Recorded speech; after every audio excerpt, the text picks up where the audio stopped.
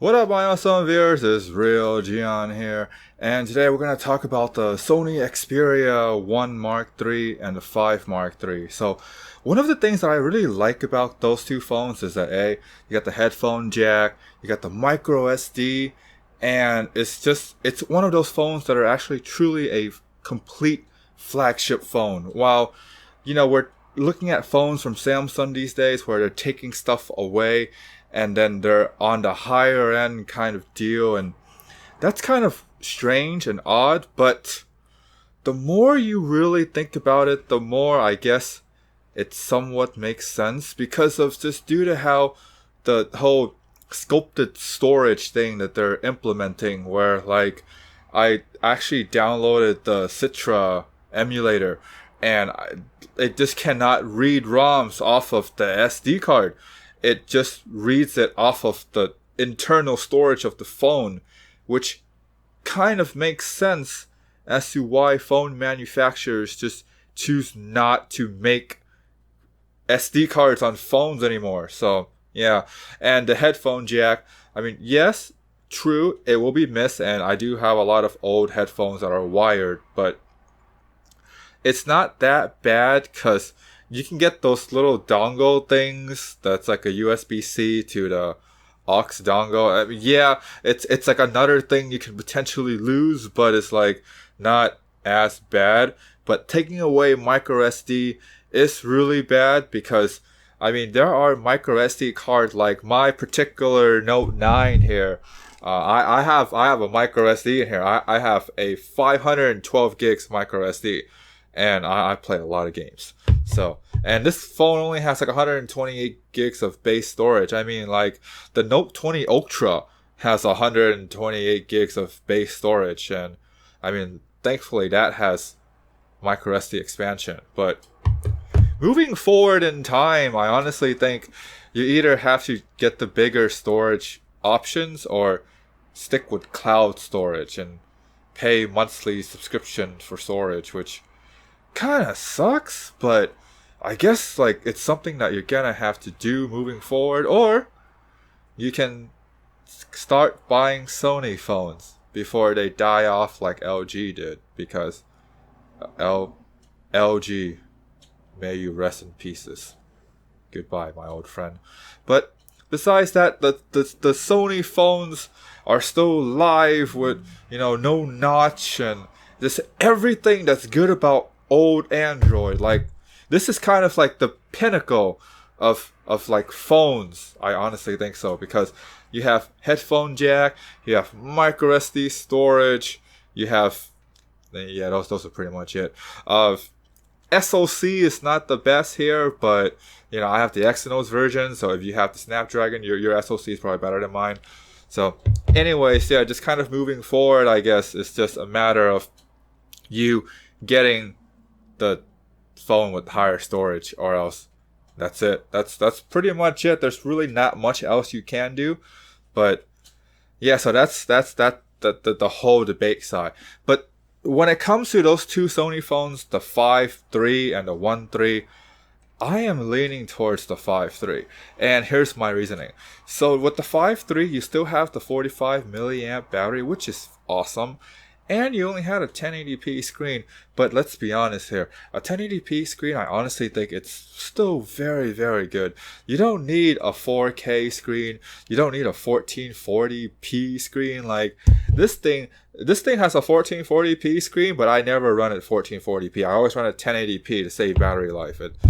So far, it actually works pretty well. Like, my Exynos version still gets me about 6 hours of battery life, which is amazing, by the way, because a lot of people that have this particular phone with the Exynos version, man, they're getting like three hours of battery life, which is terrible. Like, that's not even a day. It's like half a day.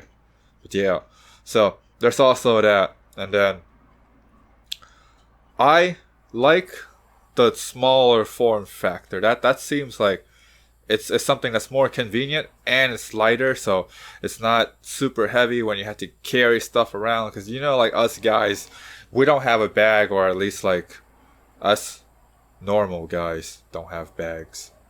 And there's like those other guys that carries bags around, like those little Indiana Jones satchel looking things. But yeah, you know, they do that. So if you carry a bag and that's you, I mean, kudos, you know. Yeah, you can go ahead and get those heavy phones. But yeah, so the lighter phone is pretty good. The 4500 milliamp is good. The Snapdragon 888 is pretty good.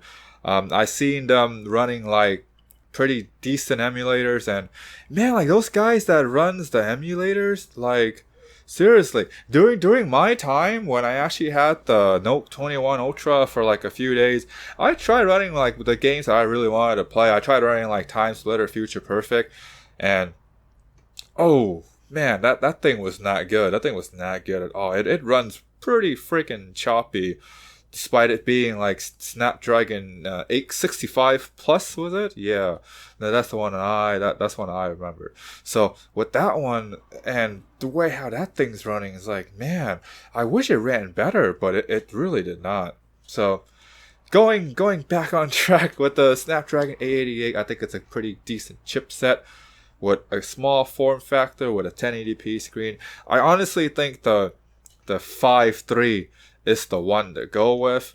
The 1.3, honestly, I mean, if you really want to max out everything, yeah, why not? But it's just a matter of like, man, that's a 4K screen. That thing eats battery life super quickly, and you don't really need 4K. I honestly think the screen is so small anyways. I don't think you can really tell the difference between a 1080p screen and a 4K screen, just how small it is. But hey, you know what? Then again, here's my thing, right? I never actually hold the 4K screen before, so it honestly could really make like a world's different. And if it does make like the whole world's different, then yeah, I say go for the 1.3. Why not, right? I mean, if you have like $1,300, might as well do it. You know, kudos for you having a fat wallet.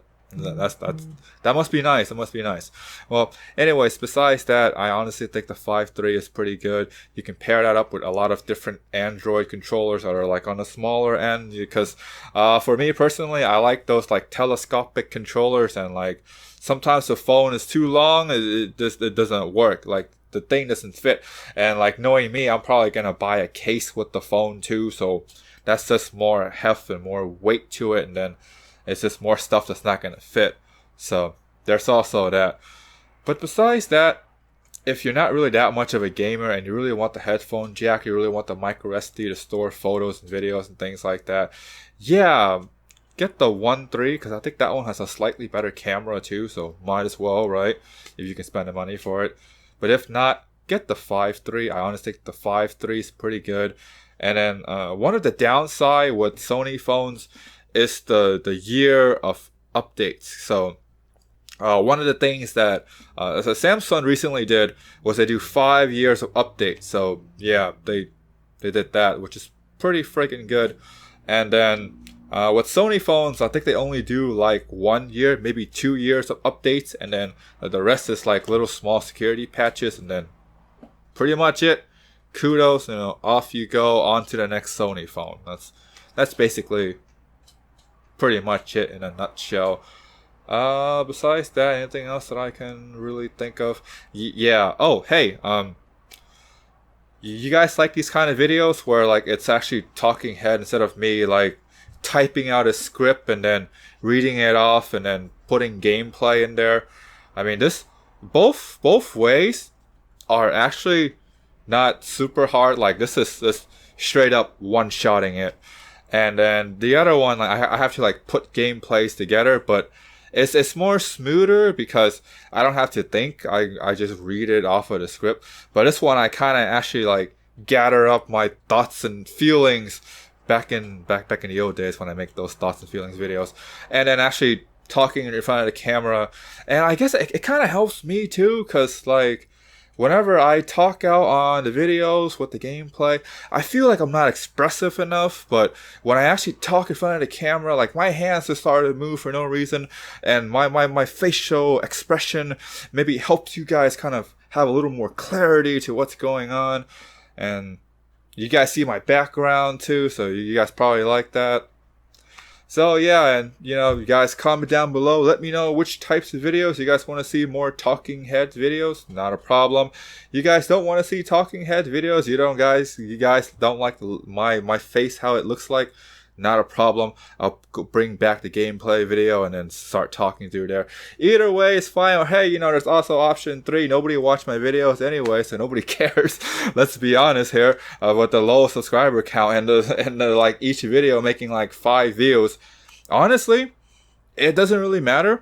But it's not like I'm sad about it, you know, because I feel like the good thing, that the kind of like glass half full kind of mentality, is that because I don't have a lot of viewers and I don't have a lot of subscribers, I have the freedom to make whatever style I want. Like, as long as I enjoy making them, which honestly I really do. And believe me, I bought a camera, so you know, I must somewhat like to do this, which is why I buy this freaking camera. It's a nice camera too, by the way. I think I did a video on that as well. So yeah, there's also that. So anyways, if you guys like the video, you know, like, comment, subscribe, hit the bell. If you want to see some cutthroat content, subscribe to the locals. I think I only did like 1 video for that one. And then yeah, I'm probably gonna do more. I mean, assuming, you know, there's actually people that are going to support me on locals, because I tried the Patreon thing. Man, it did not work out as well.